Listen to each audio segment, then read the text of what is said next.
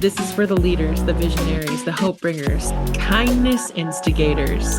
This is your place to get loved, poured into, activated, and inspired.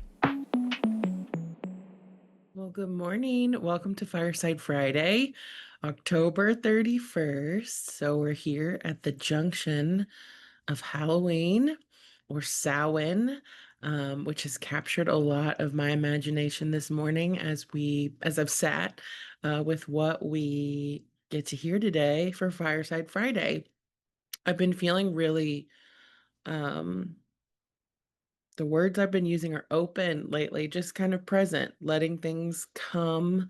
Not even just for Fireside Friday, but just as a practice in my own life of just trying to be super present. Um, I've been very busy, so that's been helpful as far as just taking one thing that's in front of me at a time.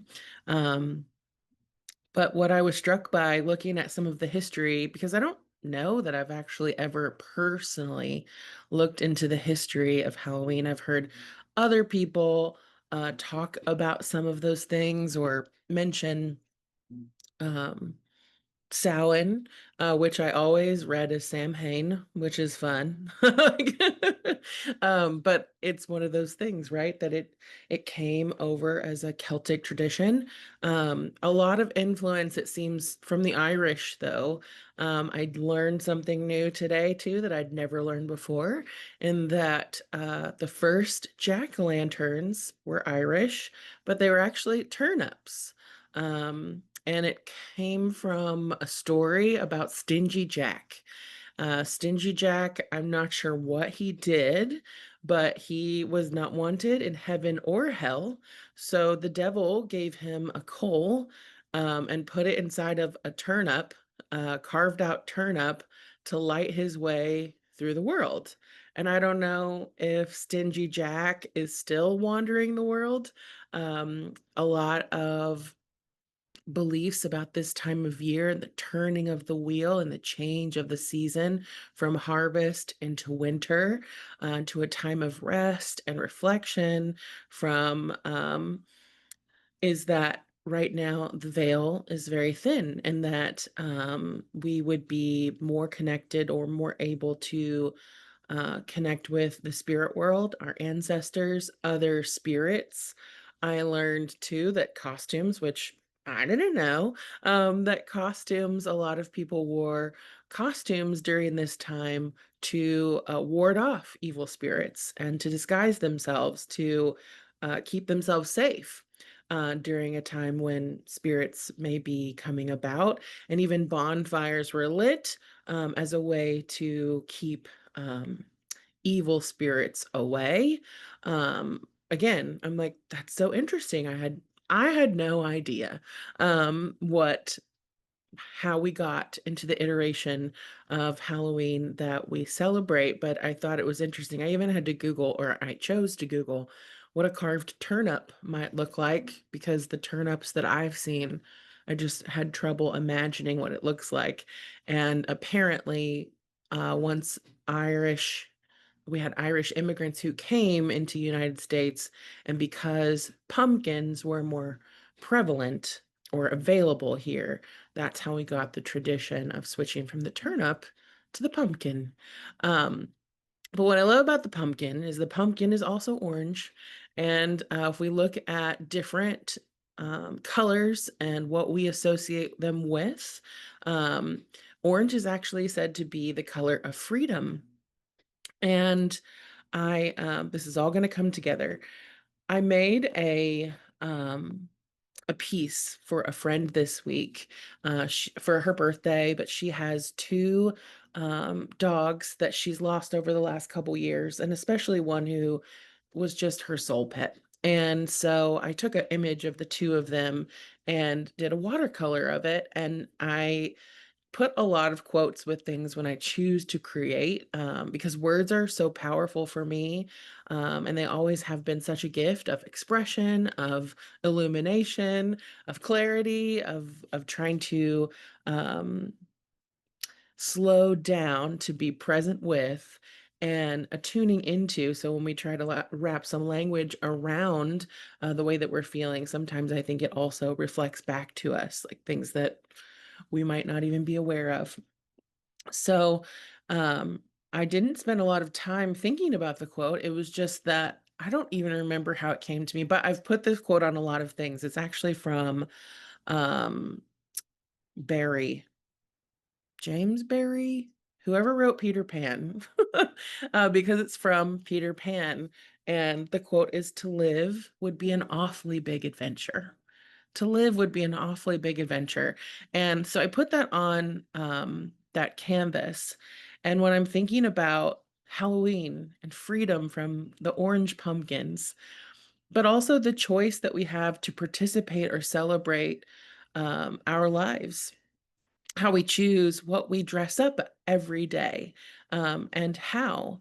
This is one of those things that, again, something that was coming through for Fireside Friday this week was also just the choice that we have in how we choose to look at our lives, how we move through our lives, what rituals that we choose to practice. And I'm also officiating a wedding tomorrow. And so that too has kind of been something I've been analyzing and sitting with the ceremony and creating these rites of passage that maybe we have inherited, or they've been a conglomeration of different passed down wisdom and elements from our ancestors. Um, but then also things that we maybe don't even know why we do them. And I am struck by the thought of moving from harvest into winter, from a place, a time of working the fields, bringing them to seed, taking the harvest, then storing it for winter, and coming into rest and stillness in the winter. And I still feel like that is such a call for us at this time when things are feeling so full and chaotic. Um, and there's just a lot of uncertainty. And so I think what I've continued to be reminded of too is that presence, being with our breath, slowing things down, even noticing how your hands feel on your morning coffee, your morning tea, at night, like what is your ritual or caring ritual for how you are tending your own life. Um, Something else that I've been thinking about too is how we often choose to embellish adventure for children, like, or even for Halloween. Like maybe a lot of us are practicing, participating in Halloween for the kids to go get candy and to be able to dress up and have this fun night. And we do such a um, intentional job of trying to make sure, at least this has been my experience of noticing people and noticing ourselves, is that we really, really practice a lot of intentionality when it comes to making life fun for kids. And I feel like that same energy gets to be part of the way that we do life and business if we invite it in. And if we start recognizing what would make Halloween, Samhain, sacred, special to me, is there something around this time of year that I want to start my own traditions around, maybe in honoring some of the folklore or some of the traditions that your family has had, but maybe it's something different, something that you want to practice that feels more like it belongs just to you, that feels sacred to you. And I think that this time is really asking that of us, to start really paying attention and being intentional with not only the present moment in front of us, but how we create those rituals, ceremonies, um, and uh, choose to spend our time.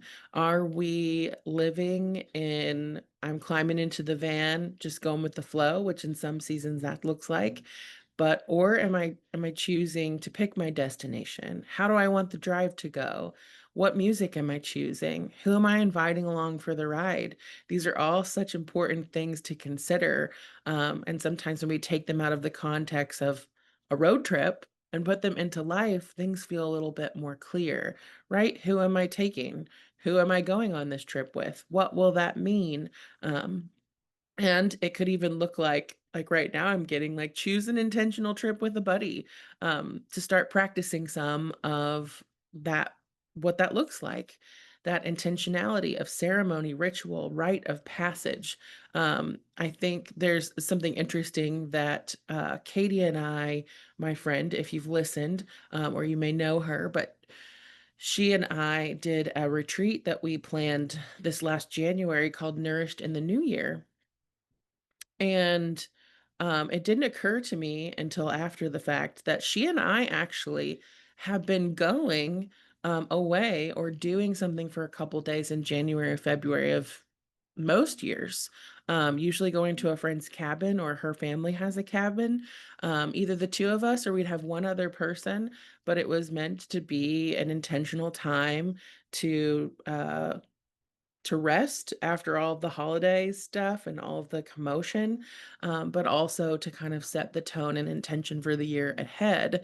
And so I didn't even occur to me that we had actually kind of created something to invite people into that we were actually already practicing. It was just the natural rhythm of something that we'd been doing. I don't know that it occurred. Maybe it occurred to her. I'm not sure. It's one of those things that it was kind of unconscious conscious. But that is something too that if you hear something like that, maybe it's time to, if you hear like, ooh, that sounds like something that I would love, that feels my bucket, that feels resonant, then maybe start looking into or asking for events and sacred community and friendships that support that, asking to be shown. I feel like that's another, just a reminder for us around this season, no matter how, where you find yourself in that. I've become a lot more, not even just open to possibility where it comes to connecting with our ancestors or loved ones, who we've lost in the lifetimes that we're living right now, and being able to connect and ask for signs, ask for ways to connect here in the physical, because I don't think that I no longer believe that we're separate.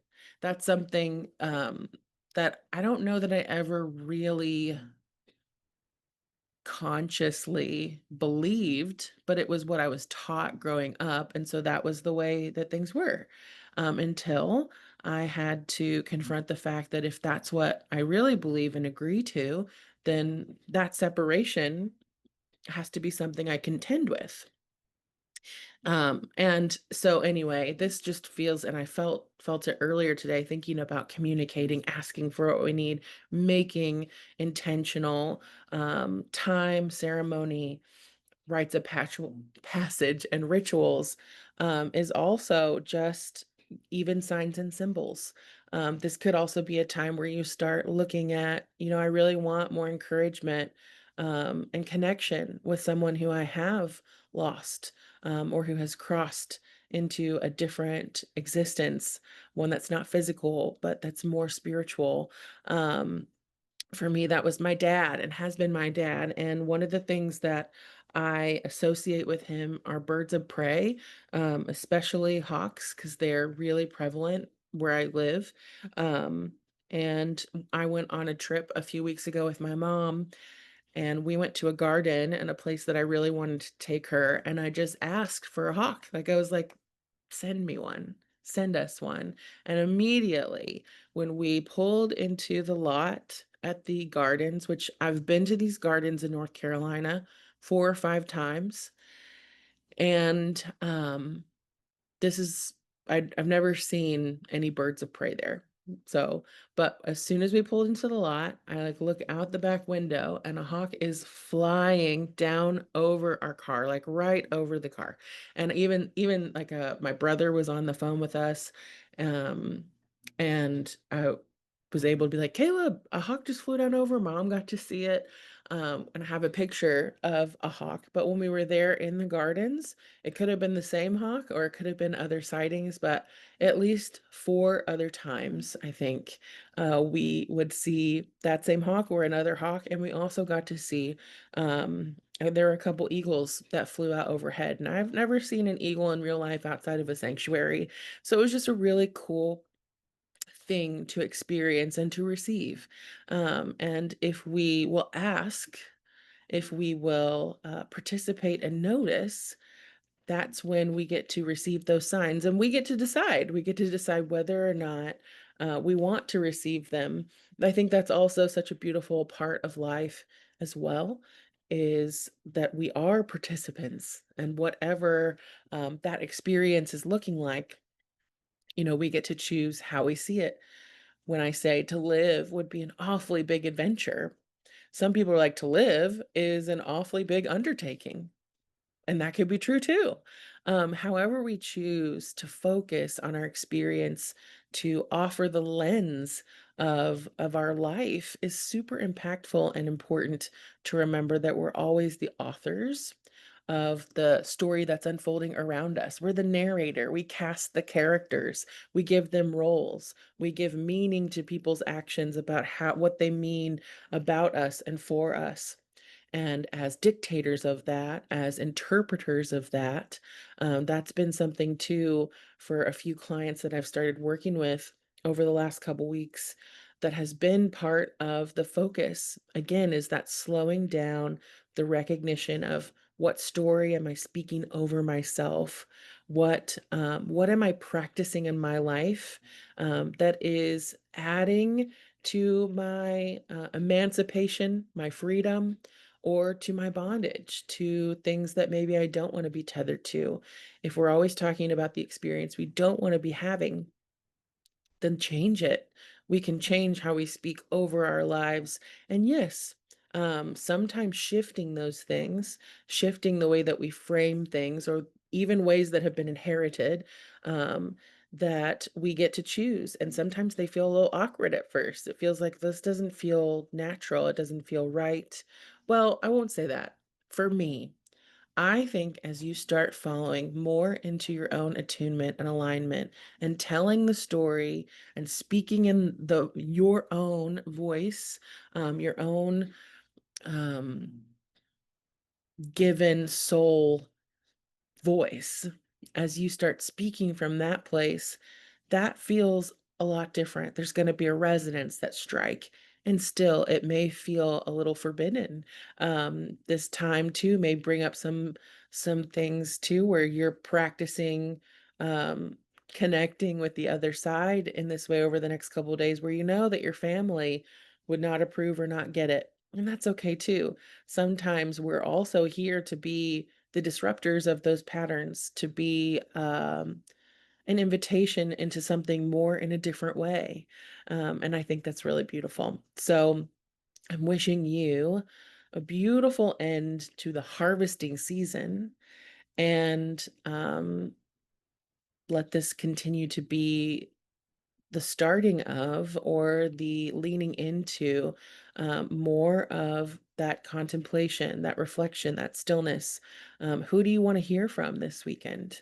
If the veil is thinner, um, if we lean into that, what would that look like? What would we like to receive? What are you hoping to hear? Who would you like to hear from? Um, and how do you want to weave the adventure of your life over the next week, several weeks, and in general? So I hope that you have a great Halloween, a great Samhain, All Hallows Eve, whatever we call it, or we connect with this day and the next couple of days. I'm just wishing you great stories that you tell over yourself, beautiful rites of passage and ceremonies that you choose to practice, that you engage with, that honor what you want to cultivate, um, and release the things that aren't serving you. We'll do it together. I'll see you next week.